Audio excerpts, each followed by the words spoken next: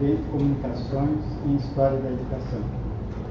Acontece sempre nas quintas-feiras, mas excepcionalmente, né, esse semestre de greve de tantas vicissitudes e compromissos nossos também. Eu, por exemplo, se fosse na última semana, eu não poderia participar, porque eu tenho um compromisso em Fortaleza. Então, excepcionalmente, na primeira semana de novembro, hoje, dia 13, nós vamos ter, então, a sucessão do evento Comunicações em História da Educação.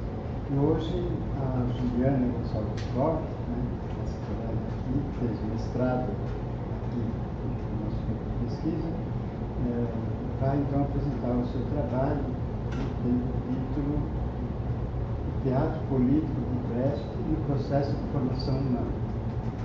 A Juliana é conhecida de todos, pelos atuantes, está sempre participando das atividades do grupo, né?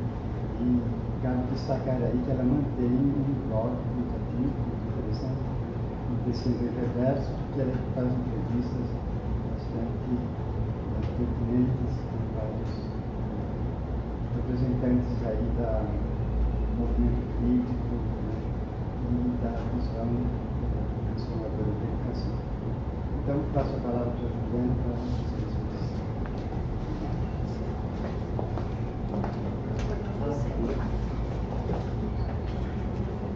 Então, Marcão, bora.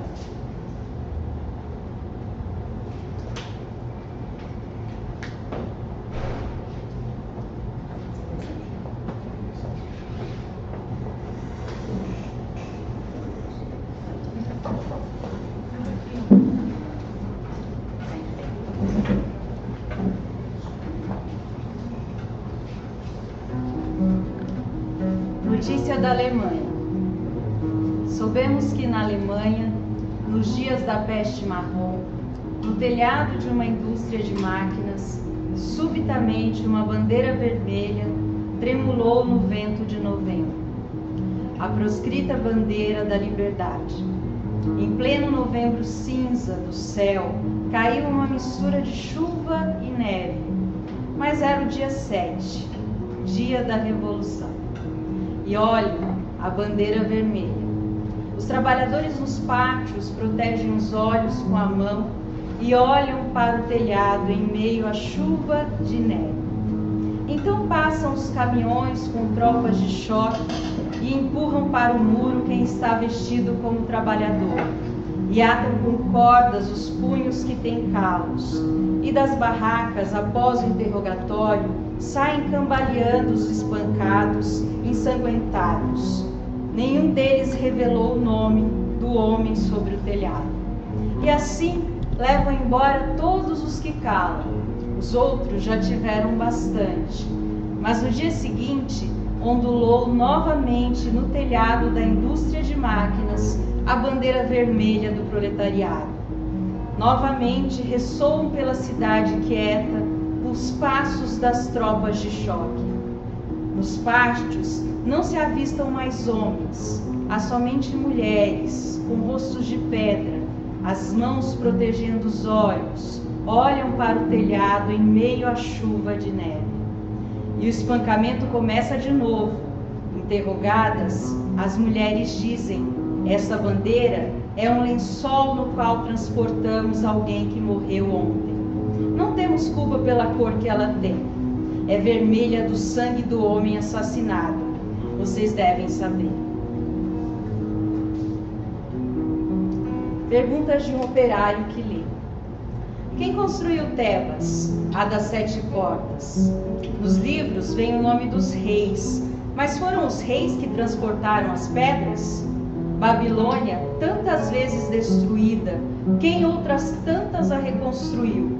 Em que casas da lima dourada moravam seus obreiros?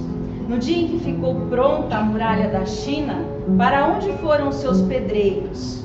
A grande Roma está cheia de arcos de triunfo. Quem os ergueu?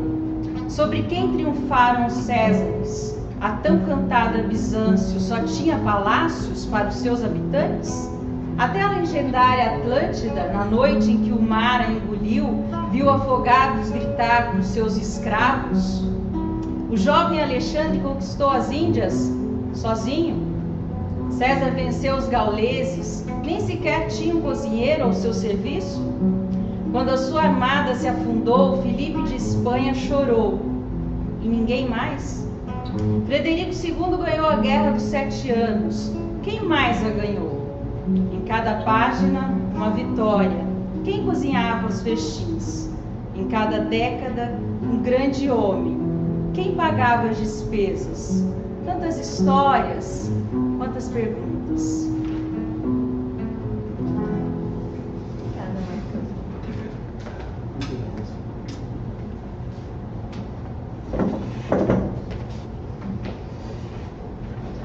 Bom, em primeiro lugar, eu agradeço vocês que estão aqui hoje, perdendo o tempo de vocês comigo. E a gente estava ouvindo aí quando vocês chegaram, Bert Brecht e Kurt Weill, a ópera dos Três Vinténs. Eu sempre digo que a voz do Brecht é horrível. São 10 CDs, né? Esse aqui é o CD de número 2. Ele cantava com o Kurt Weill.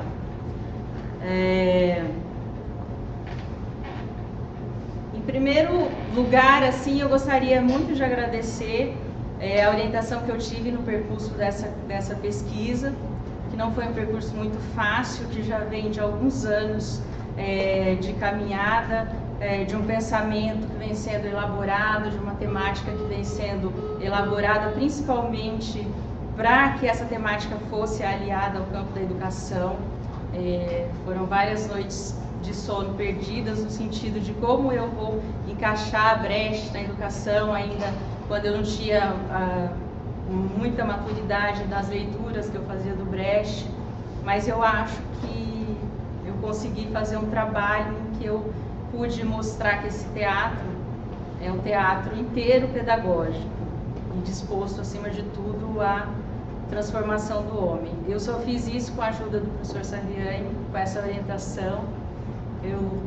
Eu tenho algo em comum com o professor Saviani, gente, e não é a inteligência que nele sobra e em mim falta, óbvio, mas é a questão da disciplina. Sempre me chamava a atenção quando, antes de entrar aqui, eu conheço bastante pessoas da literatura e as pessoas me relatavam suas orientações e reclamavam: olha, eu mandei um e-mail para o meu professor há 3 meses e até hoje ele não me respondeu. Eu nunca tive esse problema. O professor Saviani é super disciplinado, responde todos os e-mails, todas as horas marcadas. Se ele vai atrasar, ele avisa que vai atrasar. Então, mais que disciplina, ele tem eu digo que é o comprometimento com a existência. Quem é comprometido com a existência, que não seja sua própria, mas com a existência coletiva, costuma a ser disciplinado. É o caso dele. Então, assim, foi uma alegria muito grande para mim tê-lo como meu orientador. E hoje, como eu acordei com mania de grandeza, sempre que eu me referir ao senhor, eu vou falar meu professor.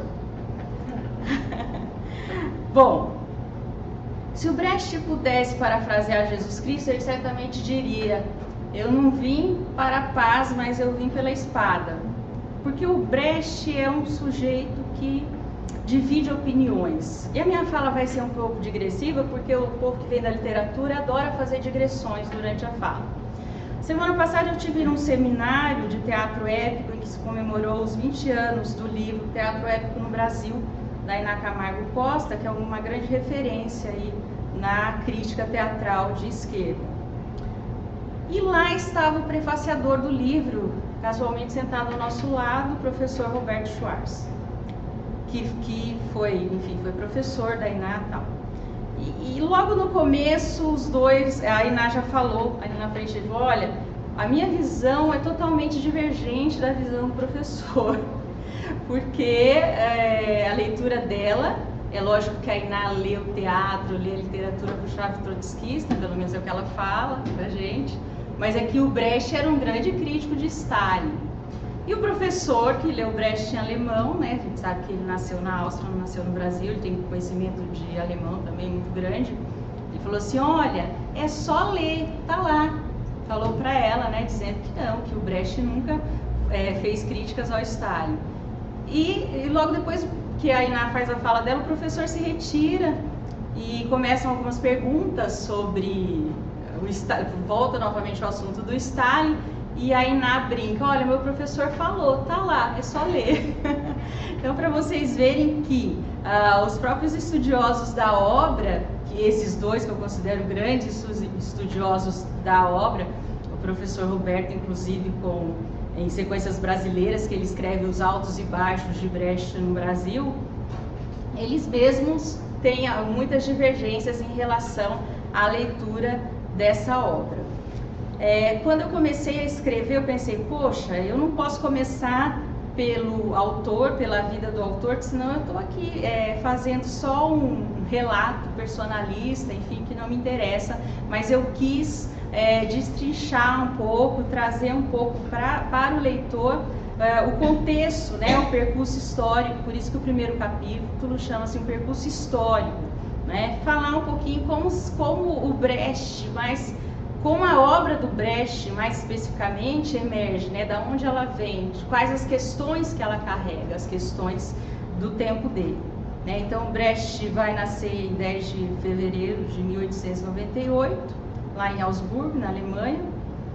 E esse contexto eu quis deixar bem claro nesse primeiro capítulo, que era quais são as lutas desse homem, quais são as lutas que esse teatro vai travar em todo esse percurso, essa existência de 58 anos, né? Então eu vou, no primeiro capítulo, falar um pouquinho sobre o modo de produção capitalista, e me chamou muita atenção, logo a primeira vez que eu li o Manifesto Comunista, que o Marx vai falar sobre o papel revolucionário da burguesia, né? Que é um papel revolucionário, que ela vai destruir as relações feudais, vai reduzir a dignidade dos seres humanos. Então ela tem, de certa forma, um papel revolucionário. E logo na minha qualificação, o professor Zezo me orientou uma leitura que eu incluí, que me ajudou bastante, que é o Lênin, né? Capitalismo, estágio superior do imperialismo, estágio superior do capitalismo. E eu também introduzi aí, né, nesses questionamentos, né, da produção social, né, com apropriação privada, então, nessas complicações aí da luta de classes, né, de classes antagônicas, em que a burguesia vai massacrar a classe trabalhadora. Então, eu quis colocar todo esse ambiente, principalmente a situação da Alemanha. A Alemanha vai ser anexada pela Prússia em 1871, e a gente tem um trabalho muito bacana para quem quiser conhecer, que é o trabalho da Isabel Loureiro, das vertentes marxistas, ela mais leninista, a Ângela Almeida mais trotskista, mas as duas vão falar especificamente da República de Weimar.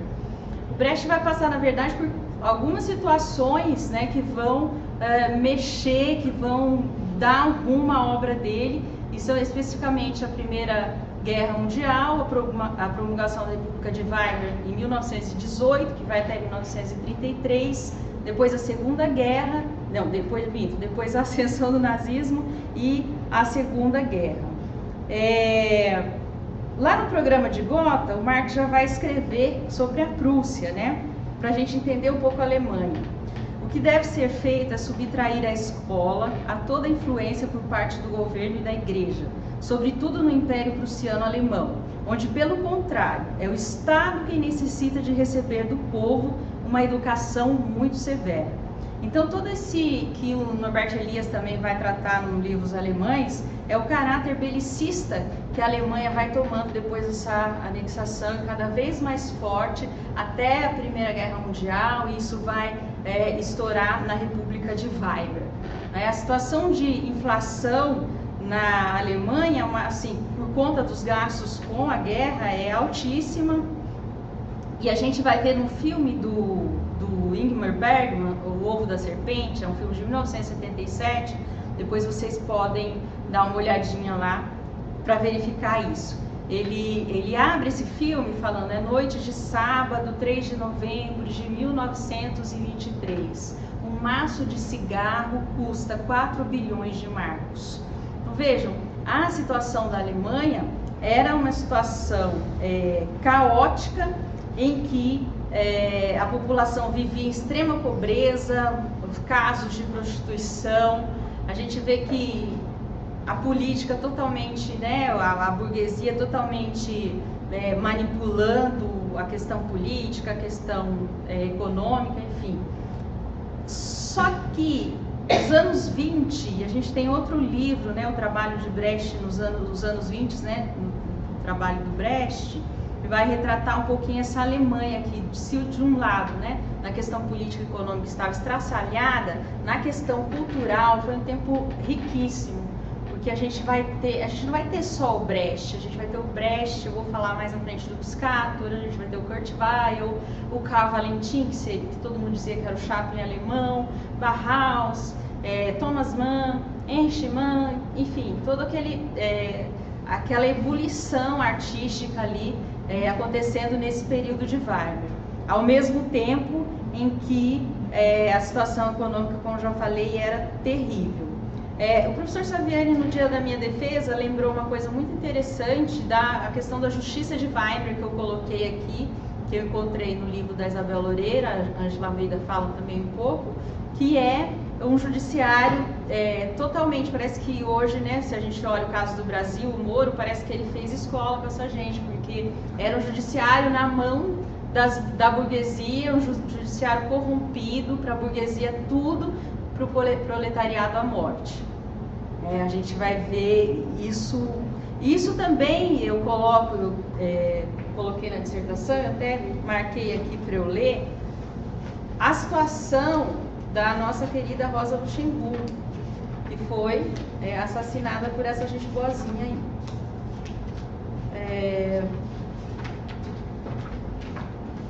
Vejam que esse caráter belicista, reacionário, conservador que a Alemanha foi ganhando, ele se estendeu muito tempo depois do nazismo.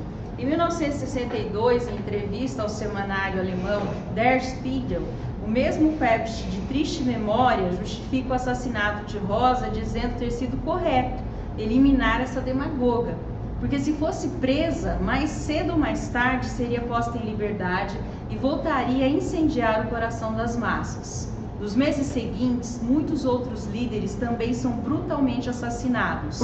Entre eles, Leo Jochiges, a Hot Fanning é proibida por 15 dias e o KPD entra na clandestinidade. Esse é um excerto da Isabel Loureira. Quer dizer, em 1962 ainda estavam, né, chamando a Rosa Luxemburgo de demagoga. Então a gente vê que esse caráter aí da República de Weimar vai solidificando cada vez mais, principalmente a obra do Brecht nesse período, as peças do Brecht. Costumam dizer que as peças de início do Brecht, Baal, A Selva da Cidade, são peças anárquicas, nihilistas, mas se a gente for fazer uma análise minuciosa, nós vamos perceber que o Brecht vai, nessas duas peças, especificamente na Selva das Cidades, relatando a opressão em que o povo vivia nas grandes cidades, fazendo essa relação, lógico, a Berlim.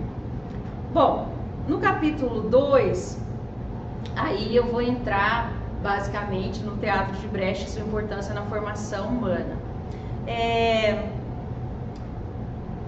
Eu costumo dizer que criticar não significa invalidar a obra, e ninguém critica pessoas, né? Nós vamos criticar a obra e também eu falo muito isso com o professor Zezo, né? O professor Zezo fala bastante isso, né? Nos debates internos do marxismo. Essas discussões não deviam ser maiores do que a nossa luta contra o capital. Infelizmente, fica nessa coisa, né, de quem lê melhor Marx, tal, circulando, né? Esses dias eu estava terminando de ler a biografia do Caio Prado e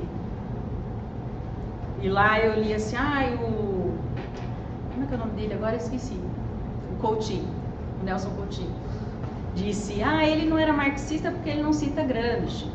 Quer dizer, essas coisas assim não tem muito cabimento, não tem muita lógica, né? Então, tem algumas polêmicas na vida do Brecht, com algumas, né? Todas as obras são passíveis de crítica. E aí mais uma digressão. Vou falar do seu amigo, viu, professor Saviani? Eu sei que ele é seu amigo. Na literatura a gente tem que eu considero, né, para vocês aí que criticar não é invalidar a obra mesmo. Um monstro sagrado de erudição que é o Alfredo Bose. Eu li todas as obras dele, não para me gabar, mas porque é obrigação de quem vem da área de letras.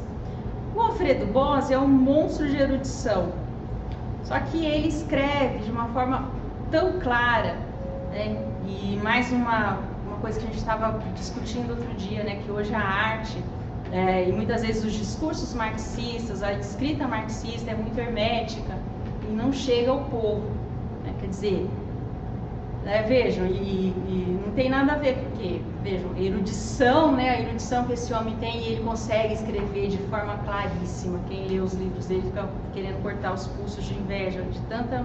Só que tem alguns problemas na obra, né? Tem alguns problemas na história concisa da literatura brasileira. Ele passa rápido pela questão das mulheres, não vai falar muito sobre as autoras mulheres, né? Literatura e resistência, ele vai escrever que o crítico literário é, antes de tudo, um profeta. São problemas que vão ser discutidos, né? Mas isso não invalida a obra do autor.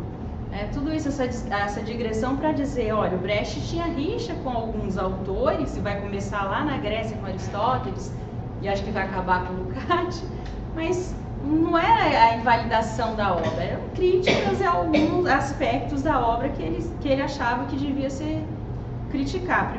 Em primeiro lugar, a gente tem que entender que não é que não existia teatro antes do Brecht, mas a gente não pode poupá-lo dessa situação da pessoa que historicizou o teatro de forma mais contundente. Então, ele historicizou o teatro, ele trouxe a luta de classes para o teatro. Então, essa causa é dele, né? Não tem como fugir disso. Então, ele vai criticar algumas coisas do Aristóteles, mas ao mesmo tempo ele vai usar o coro aristotélico da tragédia grega em algumas peças dele. Então, veja, ele faz críticas, mas ele vai usar o coro. As críticas são basicamente em relação à poética escrita supõe-se que no século XII, mas que chegou, foi passando os séculos, e a poética foi ficando cada vez mais com o problema da tradução. A gente tem um problema que está sendo aos poucos resolvido de tradução no Brasil. A tradução do grego, bem recentemente, que vem sendo feita do grego para o português, que antes tinha o francês no meio, grego, francês, português.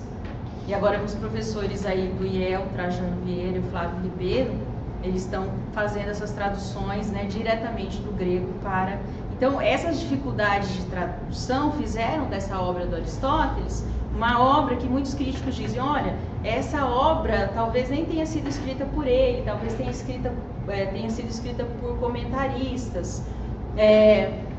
Enfim, existem muitas controvérsias nessa obra que, de certa forma, fragilizam a interpretação, justamente por conta dessas traduções, desses fragmentos da obra que foram chegando até nós até hoje. Primeira coisa crítica do Brecht em relação à tragédia é a questão do drama, e do herói. O Brecht implica com isso. O teatro do Brecht é um teatro épico. Quando eu falo épico, eu não estou me referindo à questão homérica, às grandes epopeias, eu estou me referindo só a uma narrativa. Esse é o sentido do épico em Brecht. Ele vai fazer um teatro narrativo diferentemente do que era a tragédia. Ele vai criticar, ele vai dizer, olha, o drama é baseado na ação, e daí ele não vai culpar ninguém, nem o Shakespeare. Fala assim, olha, o problema do Shakespeare é o herói individual. Ele vai ter um herói, mas é individual. E a gente vai ler lá, com certeza vocês já leram Vida de Galileu, que tem pobre da nação que precisa de herói. Então o Brecht não vai ter a questão do herói, e muito menos do herói individual, porque ele vai trabalhar com o coletivo. A gente não pode também, quando a gente faz a crítica, deslocar essas pessoas do contexto histórico delas, O Shakespeare estava num contexto histórico muito específico, o Aristóteles também. Eu sempre falo que eu tenho coragem de falar que eu não gosto muito do Shakespeare. Eu tenho coragem de falar, muita gente não tem, porque olha, Shakespeare é Deus, tal. Como eu não sou deísta, nem cristã, nem nada disso, então eu falo, eu não gosto do Shakespeare. Por quê, né? Porque eu acho que e por outro lado eu gosto muito da tragédia grega, eu gosto muito daquela tríade lá, né? Ésquilo, Sófocles e o danadinho do Eurípides, modernoso do Eurípides. Mas os gregos tinham muito definida, apesar de escrever tragédia, eles tinham a questão da híbris, né? Da medida, do comedimento, que o Shakespeare não tinha, né? Então o Shakespeare era exagerado, era claro. Aí o professor Zé foi fazer a defesa outro dia, falou assim, não, mas Juliana, ele era um inglês, veja o quanto ele teve de... O professor Zé tentou me converter.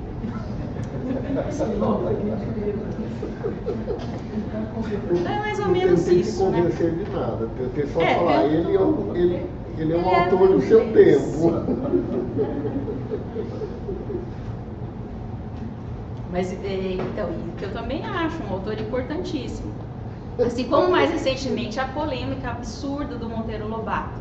Vamos rasgar o livro do Monteiro Lobato. Não, vamos deixar as crianças lerem e vamos contextualizar historicamente esse homem. Não precisa ninguém rasgar o livro dele, mesmo porque ele escrevia muito bem. Mas então, e daí que todo mundo me pergunta a questão do Lukács, era basicamente o Lukács achava o Brecht decadente, porque o Lukács achava que tudo era moderno, era decadente, e o Brecht dizia que ele harmonizava os clássicos, que tudo bem, que não historicizava nada e vamos harmonizar os clássicos, e o moderno era decadente. Aí a gente vê, né, a obra de um decadente que sobrevive 70 anos depois da morte dele, né, então, meio complicado. Mas eram essas as questões ali. Bom, falar um pouquinho da poesia brechtiana. Eu venho para Brecht não através do teatro. Eu nunca pensei que eu fosse estudar teatro, que eu fosse gostar de teatro, que eu fosse me engajar muito com essas situações, mas eu sempre gostei de poesia. Eu fui primeiro, por indicação do Gilberto, para a poesia brechtiana. E a gente nota que a poesia do Brecht é uma poesia imagética, no sentido de nos remeter às imagens de Berlim, às imagens do modo de produção capitalista, né, que explora os trabalhadores. Tudo isso está na poesia dele. E o Brecht tem essa coisa da escrita clara na poesia dele, né? Não é uma poesia exclamática, hiperbólica, é uma poesia comedida ali, embora vá falar de temas fortes, ela trabalha com a questão das imagens, mas é uma escrita muito clara, são poesias narrativas, ele continua essa coisa da narrativa também nas poesias, e ele pega ali o que o Goethe falava sobre poesia, toda poesia circunstancial. O Brecht capta bem isso e vai escrever então a Alemanha. Outro dia me perguntaram por que o Brecht chamava o Hitler de o pintor de paredes, né? Ele deu essa alcunha ao Hitler. Eu não sei explicar, isso não aparece em nenhuma biografia que eu tenha lido, não sei, mas ele tinha essa ironia muito fina e lógico que era uma menção irônica ao Hitler. Vamos falar um pouquinho do Brecht e o Piscator, né? Piscator Ivan Piscator, que também é alemão, antecede o Brecht e que ter uma obra específica que chama-se Teatro Político e que vai dar muita substância teórica, política para o Brecht dentro do teatro dele. O Piscator introduz o que a gente chama hoje de teatro documentário. E aí, outra digressão, vocês devem conhecer o teatro documentário, é uma espécie de teatro que, assim, eu particularmente gosto muito, mas eu fico pensando assim, nossa, eu tive a oportunidade de ler alguns livros, ter algum tipo de instrução, e quem não tem, né? Porque o formato do teatro documentário, eu estava até comentando com uma atriz brechtiana outro dia, eu falei assim, olha, ela falou assim, é pregar para convertido, né? Eu falei, é pregar para convertido. Porque eles, né, os atores são maravilhosos, eles pegam um ensaio filosófico marxista, aí eles decoram 500 folhas lá e eles falam aquilo do começo ao fim, texto maravilhoso, elaborado e tal, mas assim, né? é complicado falar do teatro documentário hoje, porque é isso, não chega ao povo, né? E daí faço outra digressão para falar do teatro brechtiano. É lógico que eu vou defender o teatro brechtiano, que a gente tem hoje a Companhia do Latão, o professor Sérgio Cavallo lá da USP, da ECA, que comanda essa Companhia do Latão, e eles fizeram recentemente o Pão e a Pedra, que vai tratar das greves de 79 no Brasil. E eu fico assim, olhando, porque assim, é a teoria do Brecht jogada assim, no palco, né? E como agrada o público? Primeiro porque tem humor, o Brecht tinha essa coisa do humor. Vamos tratar de coisas sérias, sim, mas vamos ter esse humor sofisticado, esse humor da ironia, esse humor da piada. Aí eu lembrei do professor Zé também vendo a peça, porque ele fala assim, na peça tem uma moça que é acadêmica, ela vai se integrar na fábrica, e ela, vamos universalizar o proletariado, e a moça da fábrica, nossa, universalização, proletariado, o que é isso? Aí, vamos, trabalhadores univos, tal, e a moça, agora entendi. Então, é mais ou menos isso, né? Essa coisa, a clareza está também nas peças do Brecht. Mas, para fazer Brecht no Brasil, tem que estudar muito, e as pessoas hoje não querem estudar. Não adianta eu falar que eu vou ler Miséria e Terror do Terceiro Reich, que é a situação no Brasil, que essa peça retrata bem, né, o que está acontecendo hoje, e falar assim, eu vou pela peça fazer o Brecht. Não faz, porque tem que ter todo o entendimento do contexto histórico, econômico, político, né? E os atores hoje a gente vê que é a história, mas é a história do corpo. Eu falo assim, gente, além do seu corpo, será que você não vislumbra nada de mais interessante? Não, fica muito naquela coisa da história do corpo, da questão da individualidade, assim, muito exacerbada. Então, os atores hoje têm muita dificuldade em fazer o Brecht, principalmente porque tem que estudar, e as pessoas, infelizmente, os atores estão mais preocupados em malhar na academia, com a imagem, dar entrevista, tal, para falar sobre nada, óbvio, mas a preocupação é estética e individual. Bom, em 1926, a Elizabeth Hauptmann, que era secretária do Brecht, leva para ele o Capital.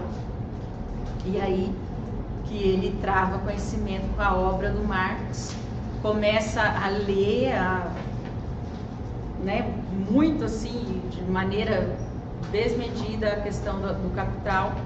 E tem uma passagem muito interessante que ele fala assim, eu acho que o Marx gostaria das minhas peças, não porque elas são inteligentes, mas porque ele era.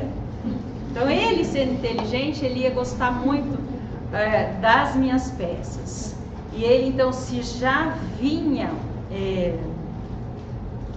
com essa coisa de escrever, fazer o contexto social, fazer a crítica, com Marx isso se afunilou cada vez mais e as peças vão ficando cada vez mais encorpadas, politicamente falando. Eu creio que, né, vou chutar aqui, né, mas eu acho que se o Brecht tivesse vivido um pouquinho mais, ele ia fazer algum tipo de encenação em relação ao Capital, como o Eisenstein queria fazer no cinema o Capital, e acabou dando nesse não sei se vocês assistiram esse documentário de quase 14 horas, que é Notícias da Antiguidade, que é de um alemão também, mas que, eu não sei, eu achei o roteiro meio detalhado, enfim. Mas eu tenho certeza que o Brecht faria, sim, algo em torno do Capital, se tivesse tido mais alguns anos de vida. Bom, falar um pouquinho sobre, eu ia fazer uma digressão, eu ia fazer mais uma digressão, da Bárbara Heliodora a gente ia falar. A Bárbara Heliodora, vocês veem como as coisas são, né?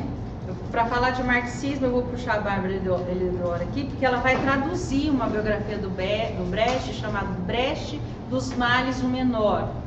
E ela, danadinha, vai tentar aproximar o Brecht do Shakespeare de todas as maneiras, usando de muita sedução e tal.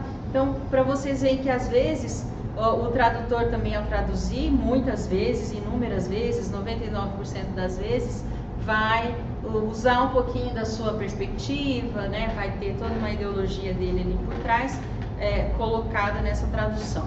E com ela aconteceu exatamente isso. Bom, para falar do Brecht no Brasil, eu vou fazer uma longa digressão agora sobre crítica teatral, para falar um pouquinho dos críticos brasileiros, e eu devo citar a Bárbara. A Bárbara tinha uma visão um pouco mais conservadora, um pouco mais não, eu digo até muito conservadora, mas ela tinha uma erudição fantástica, e ela realmente não era especialista em Shakespeare, não era especialista de uma obra só, ela era especialista de toda a obra lida em inglês.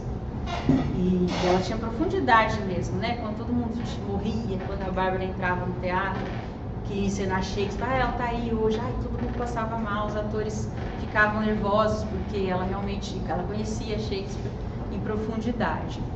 E eu cito mais 2 críticos teatrais brasileiros, um chamado Décio de Almeida Prado, que também, ele tinha uma antipatia pelo Brecht, mas era uma questão mais política. Ele não entendia muito bem essa questão do marxismo e tal, mas era um erudito, né? O Décio de Almeida Prado era um homem que ia às peças, assistia, ia para a redação do jornal, escrevia crítica para ser publicada no outro dia. E, mais recentemente, o falecido Sábato Magaldi, também um crítico, assim, um erudito sem, né, precedentes. Eu estou falando tudo isso porque a gente não tem mais crítica teatral. As críticas teatrais hoje são notas de rodapé, de pessoas que pouco entendem de teatro, que pouco viram peças e que fazem ali uma sinopse muito mal feita das peças. Então, nós estamos meio, assim, nós estamos mal de crítica teatral mesmo, né? Porque esses que já se foram, que eu citei aí, tinham profundidade no assunto, não eram especialistas de uma obra só. Então, podiam falar sobre a obra. Hoje não, hoje a gente tem, né, os jornalistas que vão lá e escrevem uma notinha qualquer. O Brecht chega no Brasil em 1950, no Teatro Maria de la Costa, com Alma Boa de Setsuan.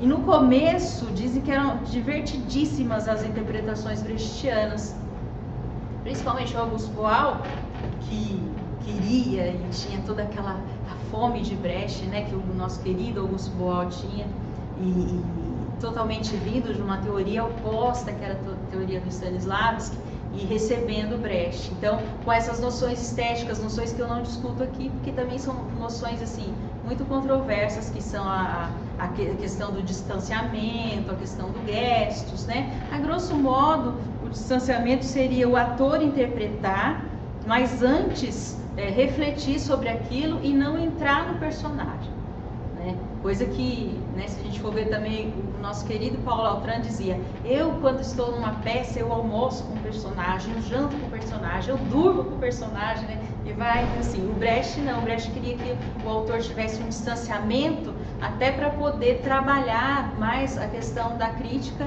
em cima daquilo que ele estaria representando. Então, essas noções, o gestos, vem muito do teatro japonês, teatro pelo qual o Brecht tinha muito amor, o teatro japonês, o teatro no japonês, o teatro chinês, a questão das máscaras. Então, o quanto o gesto também vai dizer durante essa apresentação. Então, os atores começam ali a ler Brecht e a fazer uma confusão, a fazer uma caricatura daquilo, e o público começa a se divertir muito, dar muita risada, enfim, eram experiências assim bem características daquela leitura, daquele início de leitura de Brecht no Brasil. O que eu posso falar hoje, né, pelas peças que eu procuro assistir, pelos coletivos que se formam? Há uma leitura do Brecht mais amadurecida, mais politizada. Esses coletivos, por incrível que pareça, né, esses coletivos, por incrível que pareça não, porque não é incrível não ter fomento desse desgoverno, mas são coletivos que nascem nas periferias de São Paulo. Eu posso citar aqui a Brava Companhia, que tem peças maravilhosas. Esse povo estuda Marx, esse povo estuda Brecht, né? E eu tive a oportunidade de conhecer muita gente nesse seminário aí semana passada. Ou o pessoal do MST, Rafael Vilas Boas, que até foi o seu orientando que me apresentou ele, o Thiago Mangini, que professor lá da UNB, o Rafael, que está assim, estudando muito o Brecht e o teatro. Então, nós temos hoje uma situação de pessoas empenhadíssimas. Conheci uma moça também que no TCC dela ela já traduzia Brecht do alemão, fiquei amiga dessa moça, ela é lá da UFSCar. Enfim, existe uma circulação de Brecht hoje no Brasil bem mais politizada do que na década de 50, em que ele chega e todo mundo, né? O partidão está lendo muito Piscator, né? Quando Brecht chega, e daí o Brecht, né, já entra com uma questão da forma mais caracterizada, uma questão estética um pouco mais aprofundada, enfim. É isso. O terceiro capítulo a gente vai falar de Brecht, um educador no teatro. Daí nós vamos falar das peças didáticas. As peças didáticas do Brecht também têm origem no teatro no japonês, por conta das máscaras, por conta dos gestos, né, o chamado gestos em alemão. E aqui no Brasil a gente tem um trabalho assim mais contundente da Ingrid Coldella, que até está concorrendo com o professor Saviani, mas não com nada de Brecht. Ela está concorrendo no Jabuti com o teatro na escola, alguma coisa assim. E a Ingrid Coldella, então, que traz a questão das peças didáticas. Mas daí a gente torcendo para que ela aproximasse as peças didáticas, né? Pelo menos a Vygotsky, alguma coisa assim, ela aproxima essas peças didáticas a quem? A Jean Piaget, para tornar essa peça aí um jogo. Então é isso, mas assim, as notícias que a gente tem das peças didáticas, todas elas vêm pelas mãos, aqui no Brasil, da Ingrid Coldella. E ela vai aproximá-lo do Piaget na questão do jogo, da questão do lúdico, né? Não que ela tire a política, até acho que não, mas ela faz uma aproximação assim que eu não faria essa aproximação. Mas é um trabalho muito bom, né? Porque pelo menos a gente tem a notícia do que é uma peça didática. Então, a peça didática, só para vocês terem uma noção, o teatro do Brecht é inteiro pedagógico. Ele começa situando o teatro dele como teatro épico, que é o teatro narrativo, mas na maturidade ele vai chamar esse teatro épico de teatro dialético, e dentro desse teatro épico, tá? Ele não escreveu as peças didáticas na maturidade, ele escreve um pouquinho mais novo, mas eu também não fiz essa divisão do Brecht jovem e Brecht velho, e ele vai escrever essas peças didáticas para serem apresentadas em escola. Ele chegou assim a assessorar algumas peças na Karl Marx, lá em Berlim, em escolas, em todos os lugares públicos, né? E essas peças didáticas seriam o quê? A reflexão de algum assunto político, econômico ali do momento, ou, enfim, e nasceria aí uma peça didática. Essa peça pode ter público ou não, pode ser só os alunos representando para eles mesmos ali essa questão aí da representação crítica, né, da coisa crítica. E normalmente, em muitos lugares, não tem mesmo, que se apresentaram essas peças em Berlim, não tinha público mesmo, eram os alunos para eles mesmos. Eu não conheço nenhuma representação de peça didática no Brasil, quero muito fazer isso, né? Quero muito fazer isso, principalmente a questão da ocupação, queria muito tentar fazer uma peça didática, a leitura de uma peça didática, para entender um pouco como isso ia se dar, né? Mas eu tenho certeza que eu vou conseguir um tempinho para fazer isso. Então, essas peças didáticas teriam temas de reflexão, como eu já falei, e a gente tem Voo sobre o Oceano, a gente tem, o que mais? Eles dizem sim, eles dizem não, a gente tem algumas peças, mas quando você vai ler lá já está caracterizada, a peça didática, né, que ele fez para ser interpretada por alunos, né, para o público ou não, dependendo da circunstância. Meu último item, eu faço um bate-bola entre Bertolt Brecht e Demerval Saviani. E é só os dois autores que eu uso, quem lê a dissertação vai ver. Porque eles tinham muitas coisas em comum, né, os dois. A questão, eu gosto muito do diário de trabalho do Brecht, né? Usei algumas coisas do diário de trabalho dele. Ele tem um livro que até semana passada a Iná falou, você precisa ler esse livro, você vai tomar algum político pro teatro, que é Os Escritos Políticos, né? Parece que tem uma tradução em inglês, eu tô aí garimpando para ver se eu acho Os Escritos Políticos do Brecht para ler. Então eu vou discutir algumas coisas em relação à formação humana dentro da escola, essa escola que trabalha a arte de maneira muito precária, que trabalha o teatro ainda para preencher lacunas, né? Uma escola que passa quase o ano inteiro fazendo planejamento e datas festivas, o teatro faz parte disso. Os textos, muitas vezes são textos para fomentar a questão da moral religiosa nos alunos. Eu tive oportunidade de observar isso algumas vezes. Então, pouco na história da educação brasileira, poucas vezes se discutiu o teatro, né, que eu conheço assim oficialmente, quase nenhuma, porque se a gente tinha o teatro de catequese com jesuítas, depois com o Moreno, né, o psicanalista, a gente entra com o psicodrama na escola, daí já é a escola nova. Mais recentemente agora esse teatro chamado Brincarte, que é uma coisa só do lúdico, e nada contra a questão lúdica, nada contra a sensibilidade, nada contra o afeto, nada contra, mas eu acho que a gente tem que ter, a crítica tem que entrar na escola de alguma forma, e o teatro pode ser uma dessas portas aí, para que a crítica entre para a escola. E muitas vezes, na maioria das vezes, a gente não tem. A gente tem só, sabe, o desenho bobo da aula de artes, muitas vezes por conta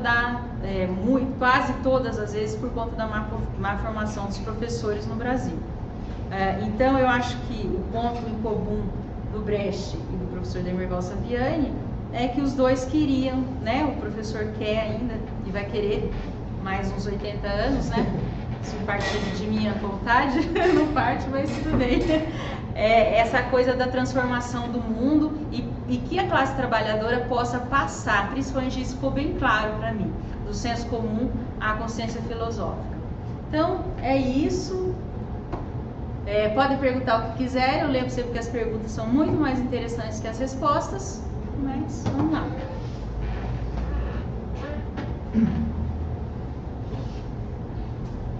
Então, como já estão acostumados, né, depois da exposição vem os debates e a palavra então fica aberta para todos, para manifestações, perguntas, objeções.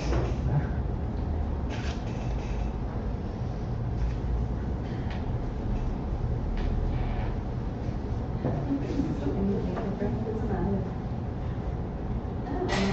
Porque a gente estava até conversando sobre isso na hora do almoço, né? Que a gente tem muito pouca oportunidade de ampliar, assim, enquanto estudantes da área da educação, pesquisadores, que vem nessa trajetória de estudar política e história da educação e a trajetória da educação brasileira, a gente tem muito pouca oportunidade de estudar, né, as outras áreas, a arte, o teatro, a música, e como isso é importante. A gente até estava conversando na hora do almoço sobre alguns clássicos brasileiros, né? Estava dizendo para a Juliana, ai meu Deus, esse negócio de Manuel de Barros escovando as palavras, eu não sei, mas isso eu não consigo, sabe, chegar. Aí a Juliana estava me explicando, né, esses processos desses teóricos, Guimarães Rosa, e aí a gente foi falar do Brecht, né, dos outros clássicos. A Juliana até disse, olha, eu vou cochilar aí, depois vocês vão me perguntar, e aí, como é que foi o Shakespeare no seu turma? O seu turma não trata do Shakespeare, né, trata da obra do Brecht. Eu achei muito interessante, Juliana, essa parte final do seu trabalho, né, de trazer como que o Brecht pensava a sociedade e o que ele queria alcançar com o teatro político, crítico, e a trajetória do professor Saviani, né, nesse processo, que ele vem ao longo da história trazendo para a gente essa contribuição, para a gente pensar como que a gente pode avançar na educação básica em relação a essa perspectiva de sair do senso comum e cada vez mais caminhar para o conhecimento científico, para o conhecimento filosófico, e a arte também ela acaba entrando nesse processo, né? E como você disse, é muito pobre. Eu fiquei pensando aqui no final da sua fala, como que era a minha escola, né? Nossa, de começo do ano, entrega de uniforme escolar, material didático, tem aquela cerimônia lá da prefeitura, tem sempre alguma coisa, né, de manifestação. É sempre aquela coisa muito mãe, que a prefeitura é meio paternalista. Eu fiquei pensando, eu fiquei até incomodada agora, porque de fato isso acontece muito. E como que a gente consegue também fazer esse trabalho político na escola, né? Eu estou com tanta dificuldade na minha escola, às vezes eu estava contando para as professoras da minha escola, vocês já leram a medida provisória? Né? Vocês já tomaram ciência dela? O pessoal, não tem a ver com a gente? Eu falo, como que não tem a ver com a gente? Pessoal, a medida é para a educação e para a saúde. Como é que não tem a ver com a gente?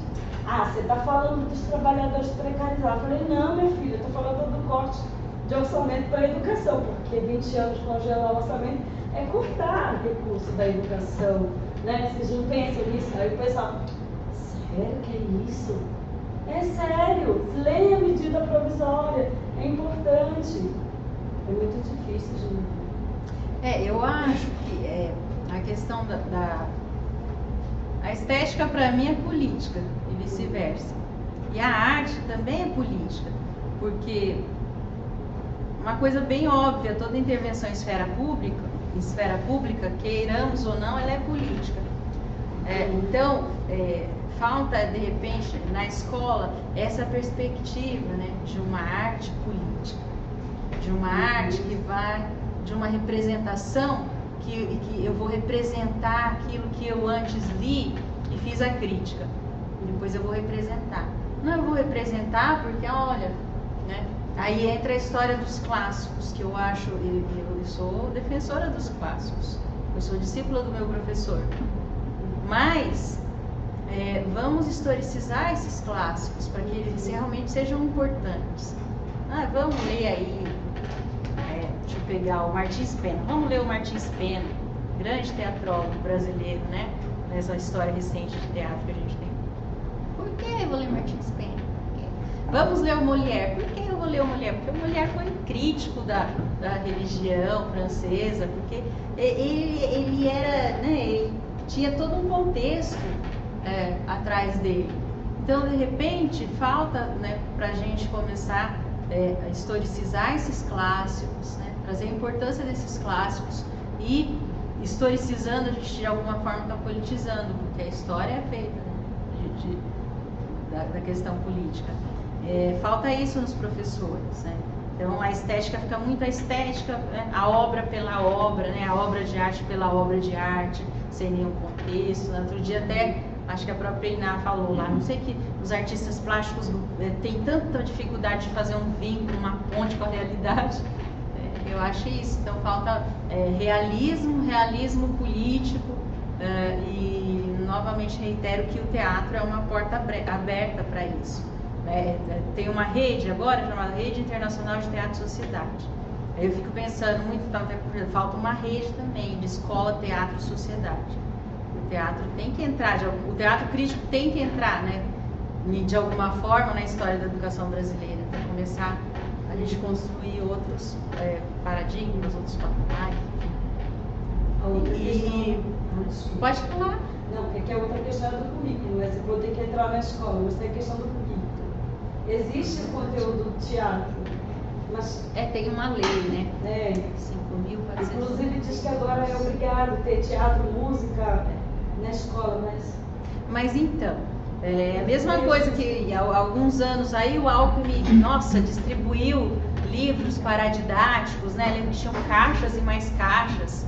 Eu mesmo peguei um monte da escola que eu trabalhava. Nossa, foi maravilhoso. Tinha até a didática da pedagogia histórico-crítica nessa leva aí. Mas, então, você vai dando livros para pessoas que não têm uma formação adequada. Então, né, qual é a lógica? Né? Primeiro a formação, depois os livros, né? Então, eu acho que a questão literária, a questão artística nas escolas é uma questão relegada, sim, porque as pessoas não sabem como lidar. Então, qualquer teatrinho sobre religião e sobre o drogado que era drogado e foi para a igreja evangélica e Jesus salvou, é teatro. Como é que você trabalha o realismo transformador, né, num teatro sem público?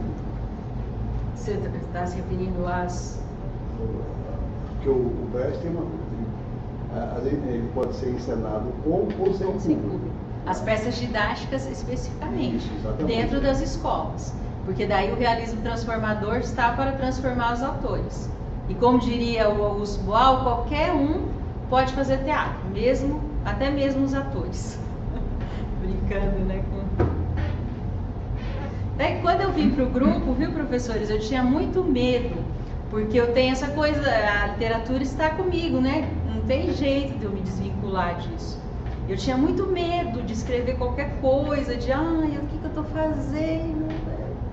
Agora eu fiquei uma desavergonhada mesmo. Eu estou até escrevendo com a Luciana Coutinho sobre Jorge Amado e a educação no Estado Novo. Veja que eu perdi a vergonha.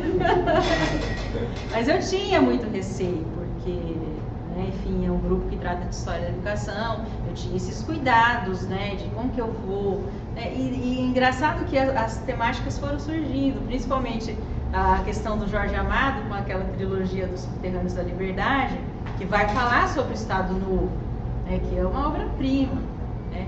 E daí depois, né, cadê o Leandro? O Leandro está aqui, tem um livro proibido lá, O Mundo da Paz, né, que o Jorge Amado vai chamar o Stalin de pai. Eu falei, vamos escrever um artigo então, Revolução Russa, 100 anos e tal. Então eu fui perdendo essa... Mas eu tinha esse receio, né, de já fazendo bobagem, escrevendo bobagem. Agora eu escrevo bobagem, mas sem receio.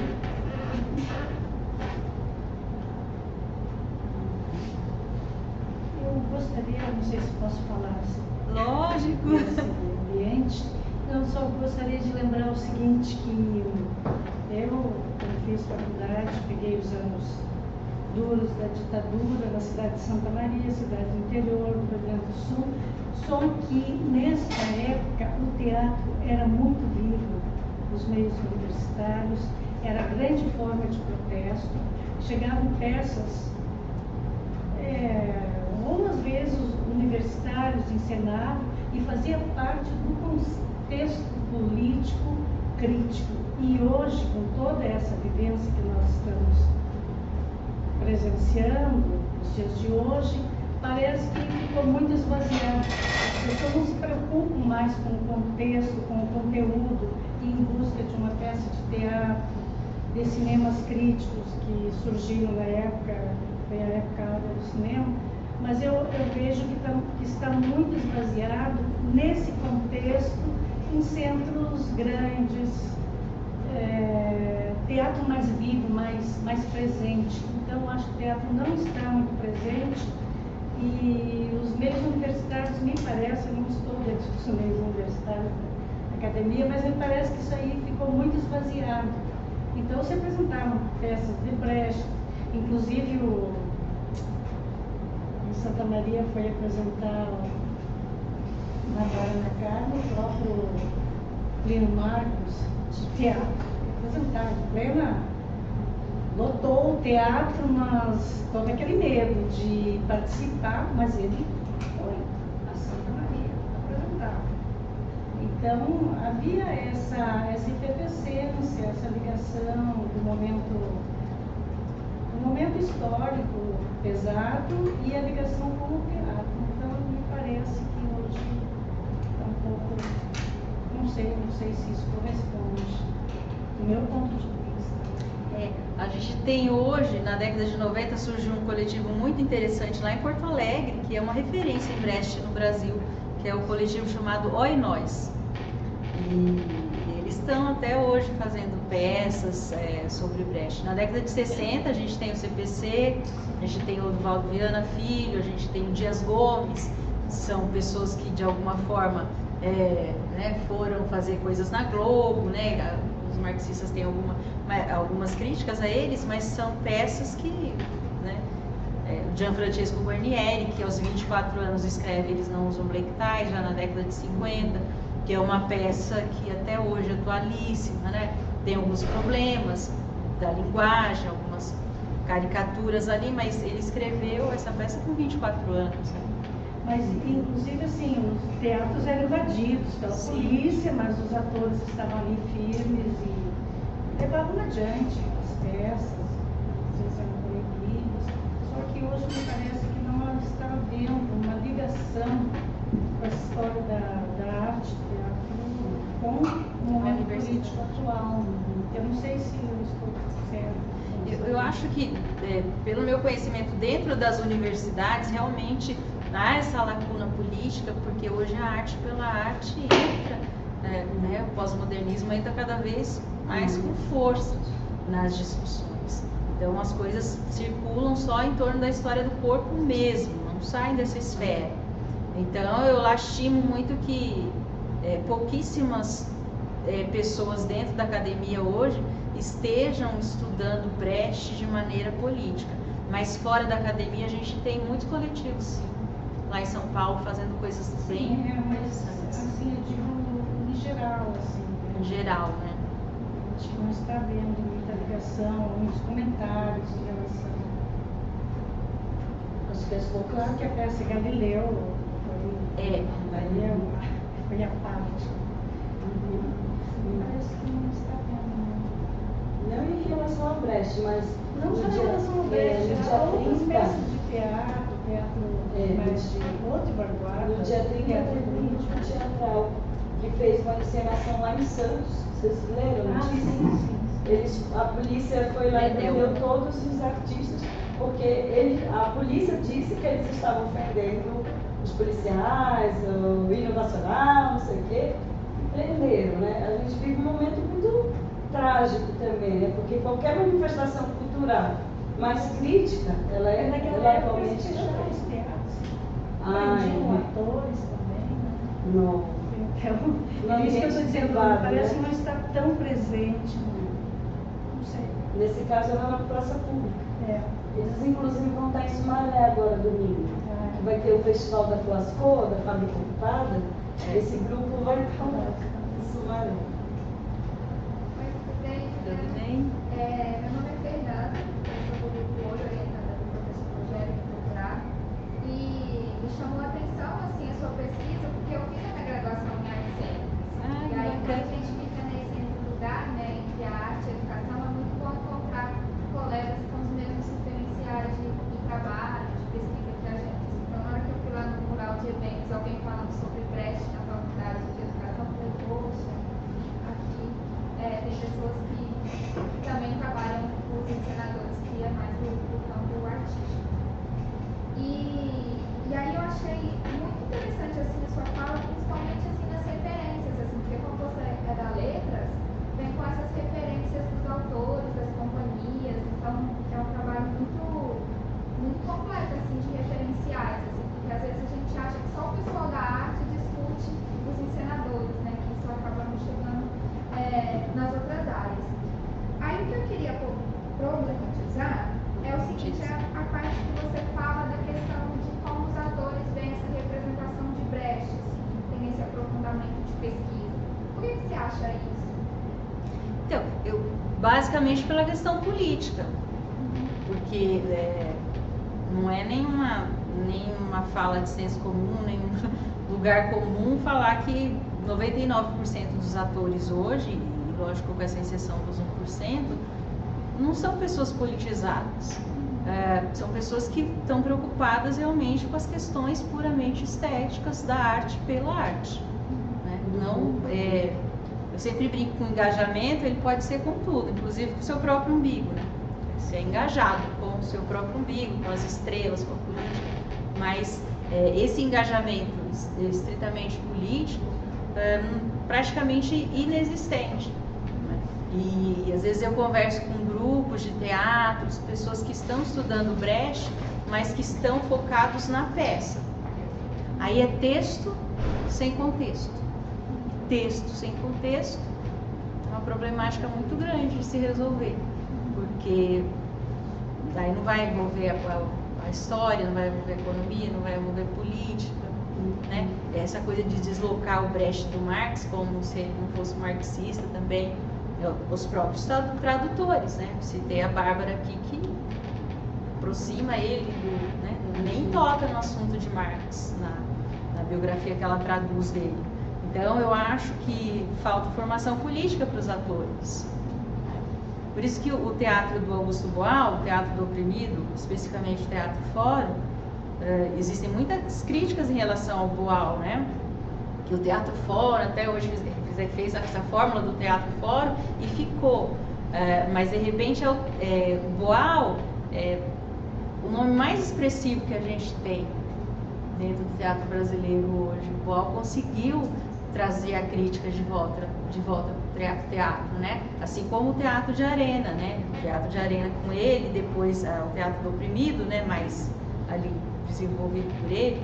Nós temos o Armazém da Utopia no Rio de Janeiro, a Companhia do Latão aqui em São Paulo, que fazem o trabalho do ator, mas que fazem uma formação política desse ator. Ele está vivendo a sociedade, ele está vivendo. Vamos chamar o Aristóteles agora de novo, né? O homem é um animal político. Então, falta essa perspectiva na formação do ator. É uma falha o ator que não tem formação política. Tem até um artigo recente que eu não conseguia ler ainda, do Ney Piacentini, da Companhia do Latão, que ele fala sobre a formação política dos atores. Todo ator tem que ter formação política, senão não é ator, né? Senão vai ficar só em volta do corpo, do sucesso e da Rede Globo de televisão. Isso. Eu acho que o recorte dos atores globais é um público de exceção, porque a obra do Brecht, tanto a estética, eu também já dei uma disciplina prática no curso profissionalizante de teatro, e também nos cursos de graduação também. A estética do Brecht é uma premissa básica para a interpretação dos atores. Então eu acho que não tem como você aprender a representar uma estética, a interpretar uma estética, sem estar pensando politicamente sobre o contexto que as obras envolvem. Então eu acho que assim, em relação aos atores globais, tem realmente esse interesse do processo, né, e de todo o laboratório em relação aos temas que as peças abordam. Mas de generalizar, assim, que não tem esse aprofundamento por parte dos atores, eu acho que não concordo. Eu não estou generalizando, né? Eu falei que 99%, né? Não, lógico. Tá fazendo seu papel, né? Ela deixou 1%, você tá... Eu deixei 1%, você está em 1%. É uma abordagem corporativa. Juliana, talvez seja o caso de você aprofundar essa clareza em relação ao método da história, a história enquanto ciência, a importância da disciplina de história, como destaca o professor Saviano, e ver como que isso se dá na obra do Brecht. Eu acho que aí você vai fechando essa lacuna. Para além das teorias que sustentam as apresentações teatrais, a questão do método da história que permeia a pedagogia e o teatro. Então, mas é isso que eu estou falando. Isso deve ser estudado na formação do ator. Porque mesmo na estética tem que ter um horizonte político para... Mas você está no 1%, fique tranquilo. Porque o próprio exercício de representar, eu acho que já propõe esse embate, né? De uma reflexão sobre a obra, sobre o que causa nos espectadores. Então, eu acho que não tem como você representar sem estar pensando politicamente sobre aquilo que você está fazendo. Então, eu acho que, e também para alcançar a qualidade da representação, é necessário um laboratório sobre o contexto histórico, o contexto político. Então, é lógico que a gente encontra no teatro amador peças que têm essa qualidade interior, mas eu acho que é difícil, assim, separar o ator do processo. Você tocou num ponto que eu achei interessante, que é essa questão do laboratório. E aí eu faço uma digressão de novo para a literatura, com a dissertação da Maria Cláudia Sacomani, que fala sobre a criatividade, sobre a perspectiva da pedagogia histórico-crítica. Quando eu li, né, como leitora de literatura, quando eu lia esse trabalho, eu fiquei pensando no Jorge Amado o tempo todo. Porque o Jorge Amado fazia muito essa questão, né? Ele tinha essa noção que a criatividade não caía do céu. E ele tinha que fazer um laboratório permanente. Por isso que a crítica, né, enfática, como que o materialista frequenta o candomblé, todo mundo, né, criticava muito o Jorge Amado por conta disso. E ele dizia, sou materialista, mas o meu materialismo não me limita. Para eu entender a Bahia, para eu escrever tudo que eu escrevi sobre a Bahia, eu tinha que frequentar, sim, lá o candomblé, tinha que frequentar todas essas zonas, né, específicas da Bahia de Todos os Santos para poder escrever. Então, eu sempre brinco que o Graciliano Ramos tinha a coisa da economia das palavras, a coisa dessa artesania que ele tinha com as palavras, esse preciosismo com a língua. Mas o Jorge Amado tinha uma coisa que só ele teve no Brasil, uma criatividade, assim, que... Por isso que ele foi o autor mais lido, né? E nem adianta colocar o Paulo Coelho nessa lista, porque o Paulo Coelho é autoajuda, não tem nada a ver com o Jorge Amado. O Jorge Amado foi o escritor brasileiro mais lido no mundo todo, por conta dessa criatividade, que ele sabia que não nascia do nada. Então ele fazia um laboratório ostensivo, que eu não vi em nenhum outro autor. Então, para os atores também isso, essa questão do laboratório, mas não só um laboratório que esteja comprometido com as questões do corpo, mas também comprometido com as questões da história. É isso. Eu acho que também a grande questão física, porque aí tá uma coisa engraçada, eu estou falando da parte prática. Você está falando da parte que eu não tenho, que é a parte prática. Porque acho que a grande questão entre o teatro dramático e o teatro dialético é essa questão da ação física.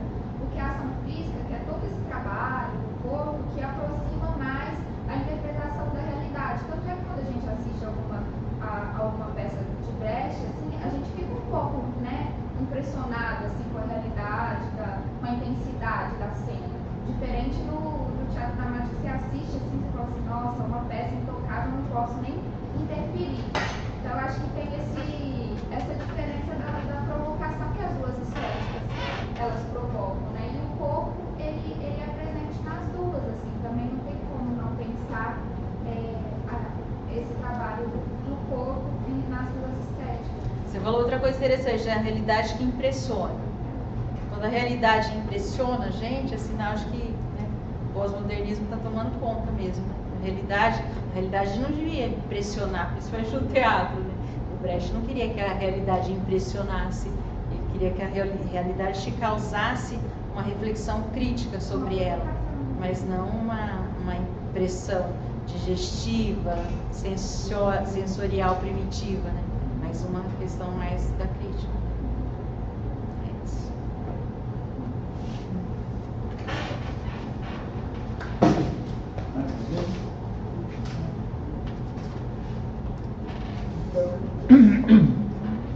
Queria agradecer a todos, agradecer especialmente a Juliana pela exposição, que foi bastante solta, né?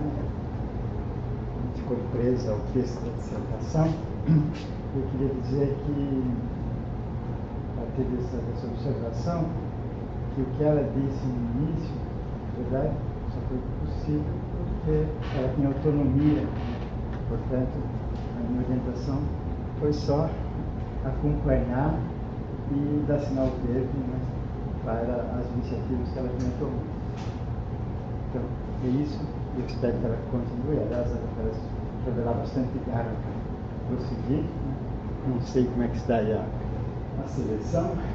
Se ela já vai entrar para o doutorado. Professor, a gente não pode falar nisso. Não pode falar. Temos que ter ética, professor. Não podemos falar sobre isso. Quero então os agradecimentos. Questão estética. Todos a exposição dela e a sessão está encerrada.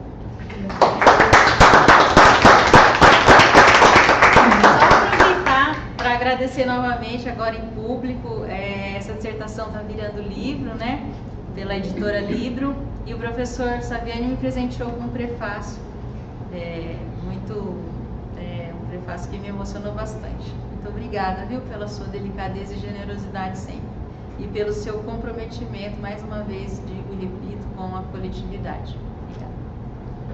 Obrigada.